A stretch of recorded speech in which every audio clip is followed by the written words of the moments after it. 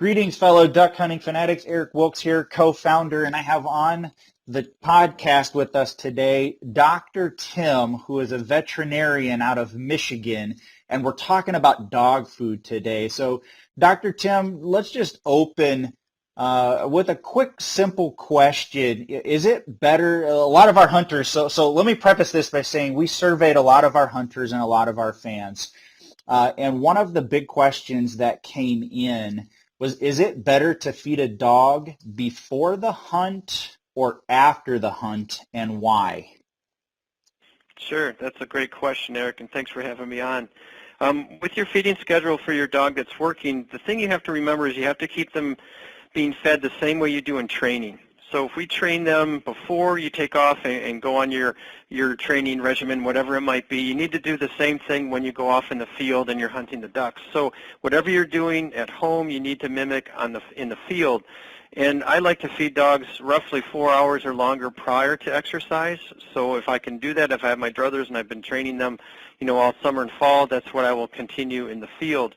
And then when they come off, they're, working during the day, then again, we're going to feed them like we do at home. So where problems can develop with your feeding schedules, and people are always concerned about bloat and twisting stomachs, are really an alteration with the routine, all right, versus them being fed after exercise. Of course, we want to give them a little bit of downtime after exercise, but if you stay with your routine, the problems of bloat and twisted stomachs and such really diminish quite a bit in my experience.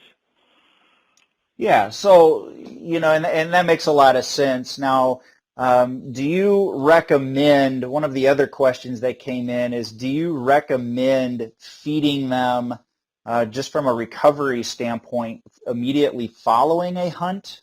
Just in other words, and I can speak from personal experience. I typically will feed my dogs a small, like a half of a protein bar within 20 minutes or so after the hunt, and that has, the theory is, right, and I don't know, I'm only doing what I've been told or what I've learned. The theory is, does that help speed up recovery? Yeah, it absolutely does if you do it properly. So many times people will complain the dogs hunt great the first day and the second day they're flat. Mm-hmm. And often they're flat the second day for several reasons. One is they're just not in condition to do 2 days in a row, but most importantly, after day one, they don't get the opportunity to replenish their glycogen stores properly. And glycogen is what's used by the muscles first and foremost with exercise, and then they go on to using fat and then lastly protein with metabolism. But with glycogen in the muscle itself, it takes a while for this replenishment to happen. And the window by which to replenish the glycogen is much more efficient the first hour to hour and a half post-exercise. So when we want to try to give a dog something post-exercise, we want to do something that actually contains more starch. And there's actually products on the market like GlycoCharge, or you can make your own GlycoCharge up by just using maltodextrin that you would buy at the beer making shop, where you brew maltodextrin into beer, but you can put that in water and feed that to the dog post-exercise. And by having those building blocks available right after exercise, the doors are open to the cells for glycogen to come into it, and slowly they shut over that hour and a half or so post-exercise.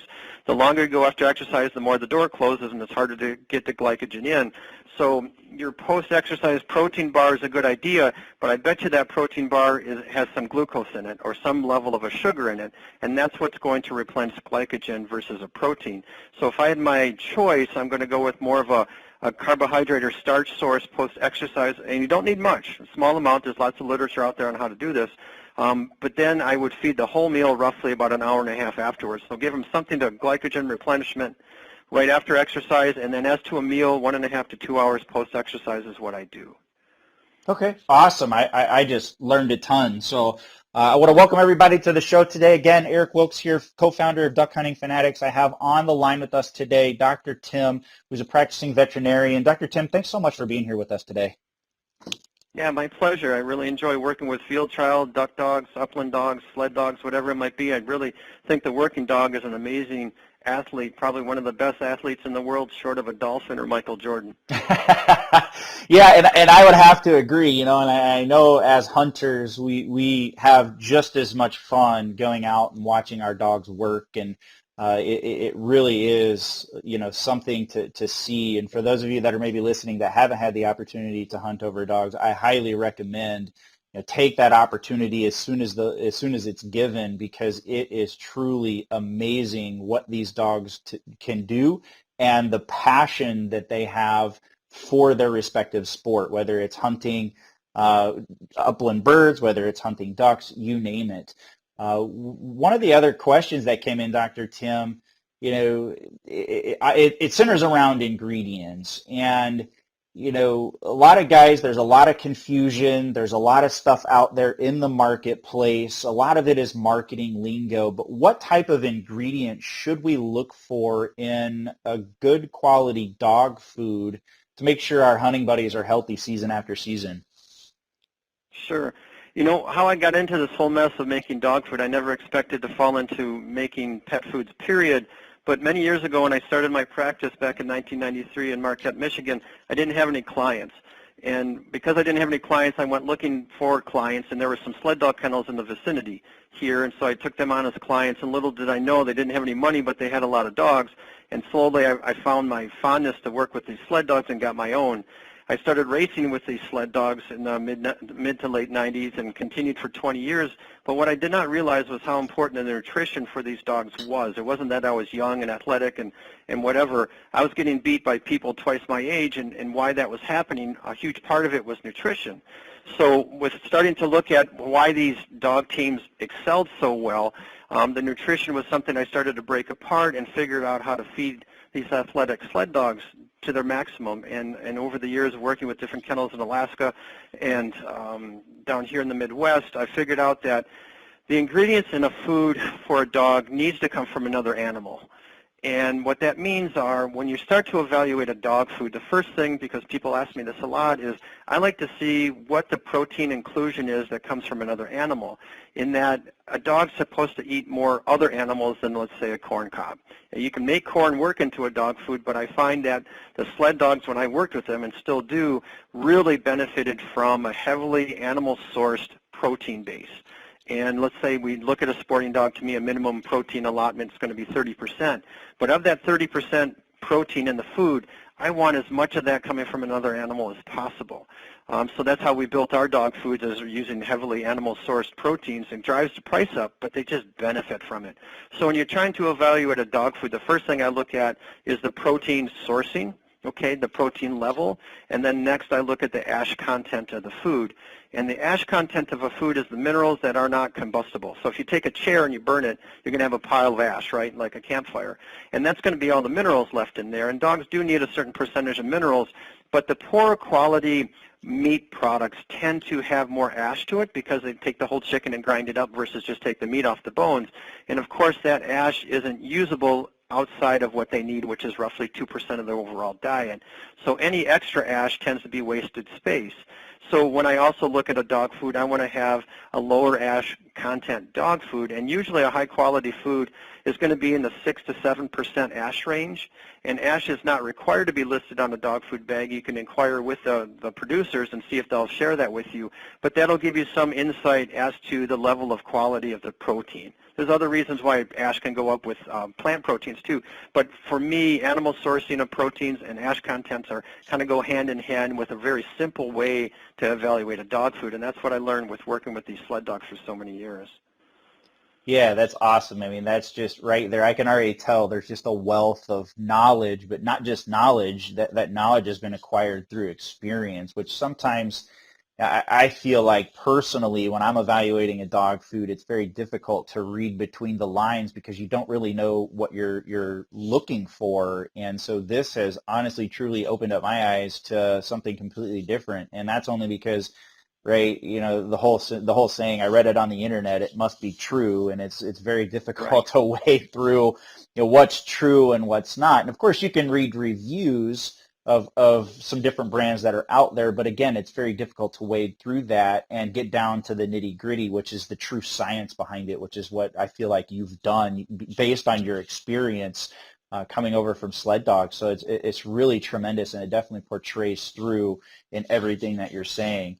Yeah, and it really is, what you get to there is the fact of how do I evaluate that food is on the internet or wherever you might go, there's lots of catchphrases that, are being thrown at you to catch, it's like a fishing lure. They're trying to catch the owner of the dog to buy the food, of course.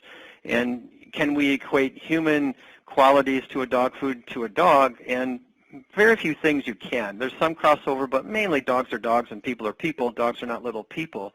So how we feed them is different. Their whole metabolism is set up by fat.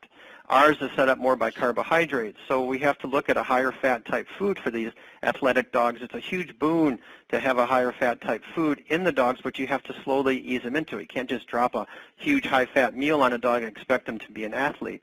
So it takes a little time to build them into it. But also as we get back to how to evaluate a dog food, before I go way off into the stratosphere of explanation, because I get pretty excited about this, it really is all in the poop. Okay? So if you watch the dog's stool with exercise and without, they should stay consistently firm with exercise and when the dog is just hanging out in the household. And if we find the dog is starting to push it, let's say he's working the field, if the stools are starting to go soft, usually that means that food is just not built for that level of activity of dog, in that it should stay relatively firm despite the dog being super active. And there are many great foods out there that cost a lot of money, but they're just not meant for that dog that's working hard day in and day out. They're just not built for the sporting dog because of different reasons. So it's more like fitting a round peg into a square hole. It's a nice idea, but it's just not the best for that super athletic dog. And then you have to start to add all this extra stuff to that food to make it work. And that's what I did for years with my own dogs, until finally my wife one day said, why don't you just put that all into one kibble, which we did, and then it worked. It was like, why do I have all this witch's brew on my shelf to feed my dog to get a firm stool when I could just put it all into one thing? So really, going back to evaluating the food, watch the dog's poop. It'll tell you a lot. And one thing that'll really mess you up with the firm stool deal is what you said early on, is when do I feed my dog in relation to exercise? If you feed them too close to exercise, regardless of the food, it's going to shoot through their GI tract too quick and it'll be soft. So you got to give them enough time to digest it. But sporting dog foods that truly work have ingredients that allow for proper digestion to happen despite activity. And those are all great That was points. long-winded, eh?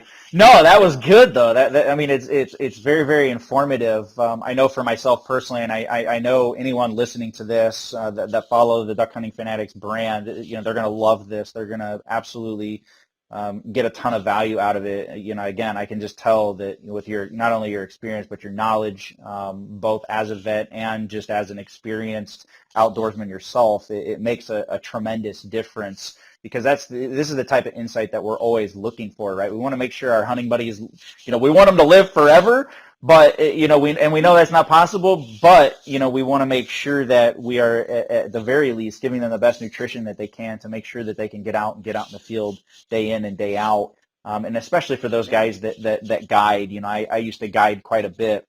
Upland game, and that's always the biggest concern, because you're taking your dogs out 3, 4, 5 days in a row sometimes, and you got to really make sure that they recover quickly. So the nutrition is absolutely vital, and I can tell you already, I've learned an absolute ton today just listening to you speak. And I know, Ray, so as we segue into your experience as a veterinarian, and more importantly now, you've developed your own pet food line, and specifically, you work a lot with, like you said, working dogs. One of the questions that came in before we segue into that talks about grain-free food. In your opinion, your professional opinion, is grain-free food good or bad for dogs? And one of the follow-up sub-questions, so I'm going to throw a loaded question at you, is does grain-free help with itching and allergies? Sure.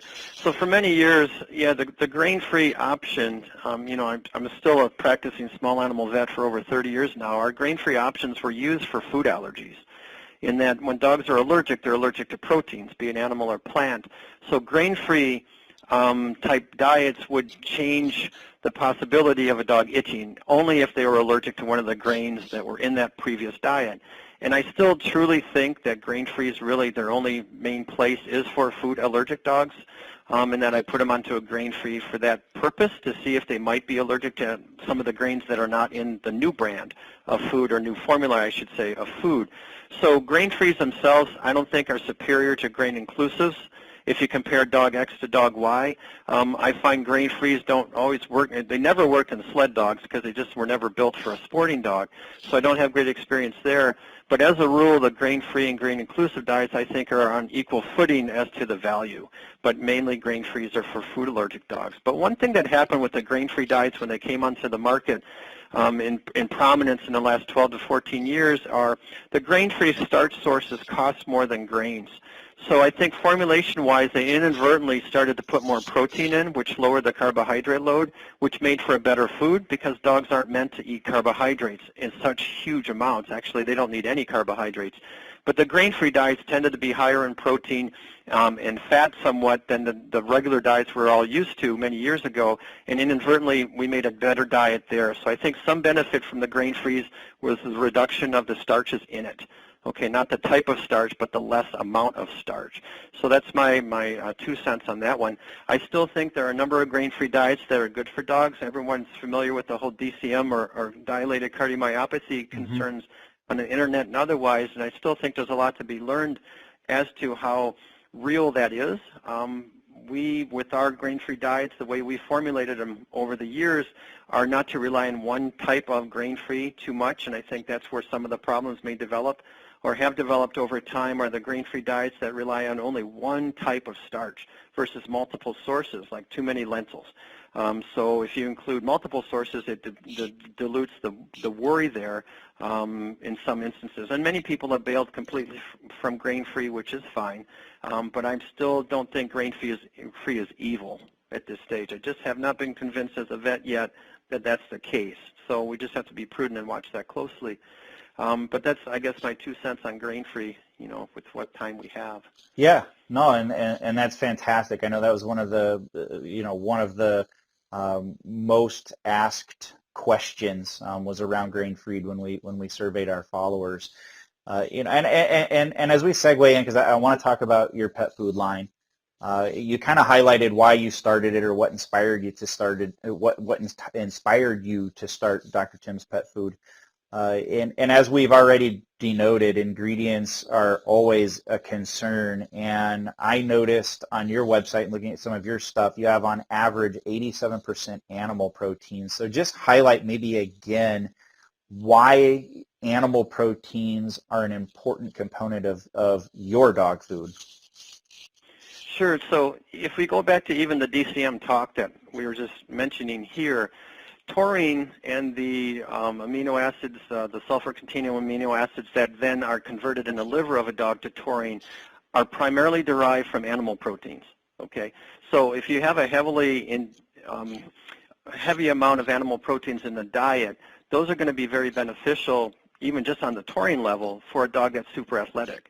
Even for a regular dog, for that matter, truly benefit from high levels of animal protein. It's just how their systems are made and set up over the years, are that they're meant to eat other animals more than plants. And I just see athletically, with the building blocks that are supplied via animal protein, and we're trying to build the muscles of our athletic dog, it just makes sense. You know, animal meat going to another animal to continue their muscle building plan makes a lot of sense. You know, even if you look at humans and the whole whey protein thing, that comes from dairy. It's not a plant. So again, we want to go down the path for a meat-eating animal like a dog with more meat. Okay, so that's my thought there. I'm pretty strong on that idea. The other thing that we have to look at with our highly athletic dogs are their metabolism, like I said before, is built to run on fat. So if we look at how the furnace is supposed to run in a dog, it's much more efficient with that furnace being run on fat than it is by trying to feed it carbohydrates to burn and make heat and make the muscles burn. Dogs only have a stomach that's so big, and when they're going through out in the field like a duck dog, they're in the water, it's cold, they're burning a lot of calories up. They might burn 2,000 or 3,000 calories a day. Eating a bunch of starchy things takes up too much space in their stomach. You need fat. Fat is much smaller, it's much more efficient per calorie, and their stomach can handle it, especially if you mix it with the right fiber. So we have to get a lot of calories through these dogs in a short period of time, yet they need to digest it. And you allude back to the whole idea of why I started the dog food company. These Iditarod sled dogs will go through 12 to 14,000 calories a day. That's like 30 Big Macs, okay? Now, if you ate 30 Big Macs, it's not going to hold right with us, right? Right. And neither will it. And for a dog, they won't either be able to handle that. But over a 24-hour period, we got to get 12,000 calories through these dogs. And I would bet a duck dog that's working hard might be 2,000 or 3,000 calories, especially if they're in the water a lot. You know, we got to figure out how do we get food in this dog so they can digest it, poop normal, that indicates proper digestion, and then go on for the next run or the next day. And these Iditarod dogs are just amazing athletes. But we took what we learned there and just took it down to different activity levels, be it the duck dog, the upland field dog, the frisbee dog, the dock diving dog, the police dog, and just built it that way with the same attributes as the high-end ultra-athletic dog food. And it truly works, and you can see it with how well they recover and then how well they perform. But you can't expect to put the dog food in front of a dog a week before you start going out in the field and see it work. It takes time for the metabolism to click onto it. So one other big thing before we go off air here I wanted to make sure I mentioned is if we do choose to go to a sporting dog food, we need to go at least a month before training with that food to get their system used to it, if not stay on it year-round. And it took me a few years to understand that training my sled dogs. And finally, one year I did keep them on it year-round, so in the off-season they were on this more expensive food. I just fed less of it. But I was able to trim my training curve off by one whole month by keeping this dog, all the dogs, on a higher fat food year-round because they were ready to jump into training. And I'll see the same with upland and duck dogs. Keep them on that food year-round, if not at least a month before you start training, and you'll see the big difference with those dogs. Their systems need to see that food for a little while before you really start to click into the heavy training. Yeah, and you know that totally makes sense, and I think most guys, or I would hope that most guys do keep their sporting dogs on the same diet year round. I know I do. It's something that I also learned, and I learned it within a couple of years. Same similar story to you, but I noticed an immediate difference in terms of getting my dog back into shape. You know, about a month before the season would start, getting him out in the field every day, getting him running. And just conditioning him more than anything. And I can tell you, again, speaking from personal experience, it 100% makes a difference in terms of how quick they are able to get back in shape and be ready for the season that's getting ready to start. Yeah. So, good for you. Yeah, and the more I talk to different hunting dog folks, more people see that these days than they used to 10 years ago. So I'm glad the word is getting around. Yeah, I definitely think it is. And you know, I know, you know, there's this whole thing around hunting dogs, and I know we've kind of already mentioned it, and we've kind of already talked about it, but I want to ask it more directly so that people can really understand it. And the question is, and you've talked a lot about fat and putting them on a high-fat diet. You know, so let's talk about just really quickly, should a hunting dog have more of a high-protein diet or more of a high-fat diet or more of a combination of the two? Yeah, a combination of the two is where we need to go. So to me, an athletic dog needs a 30 to 35% protein-based diet at a minimum. And then fat-wise, I start at 20% and work my way up. So it can be 20, 25% fat-based diet. So I think both of those being at a higher level are important for a working dog. That will then, of course, drive down your carbohydrate load, which, again, we don't need much with dogs. The main reason carbohydrates are in kibble, period, is to just allow the kibble to hold together. And that's why that was put in there. Dogs don't need carbs. It's to allow the carbohydrates to make the kibble sticky, and then it forms, you know, the ball that you see when you pour out of a bag of dog food. Right. So to me, you know, carbohydrates should be in the 20, 25% range, you know, with some of these diets for an active dog, which again is going to allow that proportional protein and fat to be higher than the typical store-bought food. Yeah, makes sense. Makes sense. Thanks for clarifying that. And you mentioned earlier, you talked about minerals and how, you know, dogs need a certain amount of minerals. What is Dr. Tim's Pet Food doing that's a little bit differently in terms of minerals? Yeah, so we use a lot of low ash type protein ingredients, so that drives our ash content down into the 6 or 7% range. And there's an economic return where if I go much below 6 or 7% to try to get that ash lower, it makes the dog food just too expensive to get that higher end kind of meat source that's even less and less ash. So there's limits to what we can do. With our minerals, dogs need roughly about 2% of ash for their mineral content, be it calcium and phosphorus and so on. So we try to reduce that level of ash, like I was saying before, to allow for more spaces to be opened up for things that you can actually utilize, be it protein or fat or the carbohydrates or the fiber. The other thing, real quick, going back to the fat question you brought up before, not all fats are created equal either.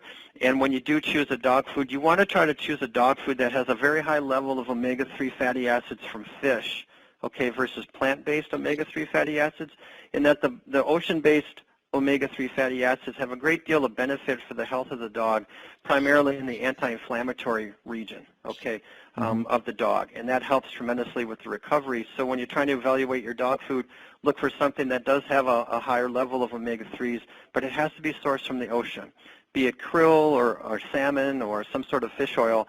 Those are highly beneficial for our working dogs, let alone they're really beneficial for even a couch potato dog. And that, again, drives the cost a little bit, but the benefits are tremendous. So not all fats are created equal, even though it's a high-fat content food. Let's see how it's broken out, too. Let's make sure there's a lot of fish oil or some sort of ocean omega-3 source. Yeah, and that's awesome. And again, everyone that's just tuning in, we're kind of wrapping this podcast up, but we have on with us Dr. Tim, who's a practicing small veterinarian, and he owns Dr. Tim's Pet Food. And Dr. Tim, once again, I want to thank you for your time today. This has been very enlightening for me personally. I know that our followers are also going to find this very enlightening and very informative, because there is so much marketing lingo. There's so much stuff out there. It's virtually impossible to wade through what's true and what's not true. And you've just cleared up, I know, a lot of questions that I had for me personally, but as well as our fans. So I want to thank you very much again for your time here today. Oh, I'm glad to help. And if people, ever have a question, they can email the company. I answer all the emails that come in personally. So if you have something that comes up, send me a note, and I'll try to get to it as quick as possible. And I really do appreciate the opportunity to talk to your listeners. Yeah, absolutely. And what is that email address? Do you mind putting it out? So our followers can contact you directly? Sure. Our website is just www.drtims.com. That's drtims.com. And the email is just drtim@drtims.com. Simple as that. Awesome. So fair enough. And we'll close with this. For those of you that are listening, if you go out to Dr. Tim's website and you use the coupon code Duck Hunting Fan, you're going to get a little discount. And so, and it's also a little bit of a way for us to kind of track the people that were listening to this show that went out and met Dr. Tim through us. And so if you go out and use Duck Hunting Fan as your discount code up on checkout, you'll get a little bit of a discount. And you'll also get some awesome food for your dog. And I will give you another link. We'll be putting out a link for this too that'll just redirect you, and it'll already have the coupon automatically encoded. And that will just be from our website, duckhuntingfanatics.com/Dr. Tim. That's duckhuntingfanatics.com/Dr. Tim. And that will actually redirect you where the discount code will be automatically input the way that they have set it up. So feel free to check out either way and get in touch with Dr. Tim. I can tell you all right now, I'm personally, my next order or my next bag of dog food will be Dr. Tim's. We're going to give this a try. I'm very interested, and I very much want to see how it affects my dogs, and we're going to be switching them both over and putting them on your dog food, Dr. Tim. So thank you again for your time. We appreciate it very much, and we look forward to doing a follow-up show at some point. And if you get any questions, we'll be sure to make sure that we redirect them your way. Sounds cool. Thanks, Eric. I appreciate it. You bet. Thanks, everyone. Have a great afternoon. We appreciate you so much for listening in, and we'll see you on the next podcast. Greetings, fellow duck hunting fanatics. Eric Wilkes here, co-founder, and I wanted to take a moment and personally thank you for checking out our YouTube channel. If you haven't already done so, make sure you click the link just below this video to go ahead and subscribe to our channel so you get all of our future updates and future videos that we release.